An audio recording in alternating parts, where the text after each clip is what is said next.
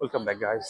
আসলে আহ, আমি যেটা বলতেছিলাম যে প্রযুক্তি ব্যবহার করেও আমরা আসলে ভালো কাজ করতে পারি। যেটা বললাম, আইনের প্রয়োগ ও জোরদার করা।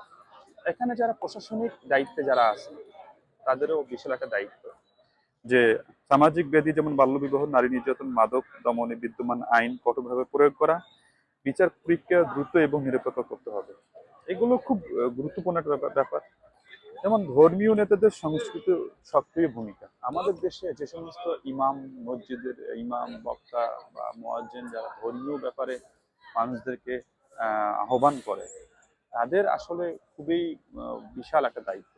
হ্যাঁ, তাদের দায়িত্ব হচ্ছে যে মানুষকে, ধর্মীয় নেতা ইমাম পুরোহিতদের মধ্যে সচেতনতা বৃদ্ধি করে তাদের দ্বারা মানুষের মাঝে যুক্তি নির্ভর ব্যাখ্যা করে প্রদান করা, যাতে মানুষের ক্ষতি না হয়। নারীর ক্ষমতায়ন, এখানে নারী শিক্ষাদের কর্মসংস্থান এবং সিদ্ধান্ত গ্রহণের অংশীগ্রহণ নিশ্চিত করতে হবে, যাতে সমাজে তারা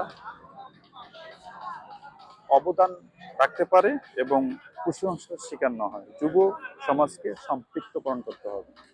আসলে আমরা যুব সমাজকে আমরা অনেক সময় আমাদের বাপ দাদা যারা আছে তারা আসলে অনেক সময় আমরা যারা ছোট মানুষ যারা যা কিছুই বলে তাদের ভালো কিছুগুলো আসলে আমরা গ্রহণ করতে চাই না। ওরা ছোট মানুষ, ও কি বোঝে, হ্যাঁ তোমার বয়স কত হয়েছে, তুমি এত কিছু বুঝো না, তুমি কি এত কিছু জানো, তুমি কি বুঝতে পারো, তুমি কি বোঝো এগুলো। আসলে এই কথাগুলো বলে বলেই আসলে আমরা আমাদের ছোটদের কাজগুলোকে আমরা ছোট করে দেখি, যার কারণে আমাদের সমাজে অনেক ভালো ভালো জিনিস আমরা ছোটদের কাছ থেকে আশা করি না।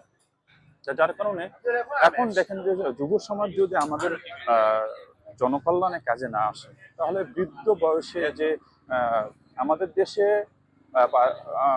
বংশানুক্রমিক রাজনীতি, পারিবারিক রাজনীতির যে কুসংস্কার, এই কারণে আমাদের দেশ এতটা পিছিয়ে। আমাদের দেশে যদি এ ধরনের বংশানুক্রমিক রাজনীতির প্রথা না থাকতো, যদি যুব সমাজের প্রথায় প্রতারিত হয়ে আমাদের দেশ যদি আহ আমাদের দেশ যদি পরিচালিত হতো, আজকে আমাদের দেশের পরিস্থিতি অন্যরকম হতে পারত। যেমন আপনি দেখেন বিশ্বের অন্য অন্য দেশগুলোতে যেমন হয়, কিন্তু আমাদের দেশে কিন্তু আমাদের যুব সমাজদেরকে কাজে লাগানো হয় না। ঠিক আছে, তো আমরা আজকে দেখি রাতের বেলায় বাংলা রোড যখন শুনশান হয়ে গেছে, তখন এখানকার সবচেয়ে জনপ্রিয় শপিং মল, তার বাইরে লোকজন বসে একটু সময় কাটাচ্ছে, আড্ডা দিচ্ছে।